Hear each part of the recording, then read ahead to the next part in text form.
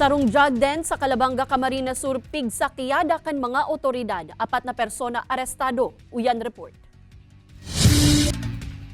Pasado alas 5 subagong aga kan sakyadahon kan Philippine Drug Enforcement Agency katabang ang kapulisan ang sarong drug den sa barangay Sabang, Calabanga, Camarines Sur. 4 na persona ang naaktuhan kan mga otoridad na nagagamit kan pigpapangalad na bulong sa laog mismo kanasambitan ng drug den. Sigun ki Mark Anthony Viray, Provincial Officer kan PDEA Camarines Sur, haloy nang nag-ooperar sa lugar ang nasambitan ng drug den. Ito pong modus nila, they are the ones supplying illegal drugs sa mga ating local fishermen.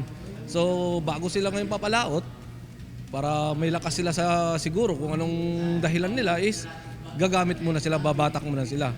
Nakumpiskar sa mga suspetsado ang nasa 60 gramo kan pigtutubudang shabu na nagkakantidad din po ko mas o menos 400,000 pesos. Kaiba ang iba pang drug paraphernalia. I'm reminding again and again that if you do illegal drugs, ito po yung kahantungan ninyo.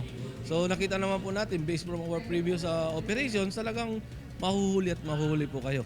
Sa presente, nasa kustodiya na kan mga otoridad ang mga naarestar na individual para hampagon ang kasong pagbalgar sa Comprehensive Dangerous Drugs Act of 2002. Kaibahan si Carlo Abunita, Jesse Cruzat, Balitang Bicolandia.